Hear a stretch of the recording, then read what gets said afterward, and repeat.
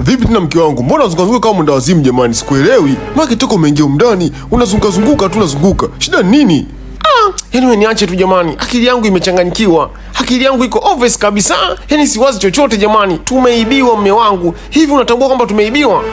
La, afu mke wangu, niko nimesahau kofia yangu kule nje na suruali. Na ile t-shirt yangu ambayo napenda kuivaa kila siku kazini. Watakuwa wameshapita nao hawezi jamani. Yaani sijawahi kuona mwanaume tumbo mzembe kama mume wangu. Hivi wewe mume wangu unajielewa kweli? Mimi nakwambia tumeibiwa, unawaza suruali na kofia, vitu ambavyo ni vya kawaida kabisa. Nakwambia tumeibiwa mume wangu, na maanisha tumeibiwa kuku. Wale kuku wetu ambao tunawafuga kwa ajili ya mtaji, wameibiwa mume wangu, na nimekuta banda limekatwa lote. Mke wangu, mimi naona ile swala kawaida jamani. Sio swala la kulifumbia macho kabisa. Mimi ninachokiona hapa, twende kwa mjumbe tukatoe taarifa.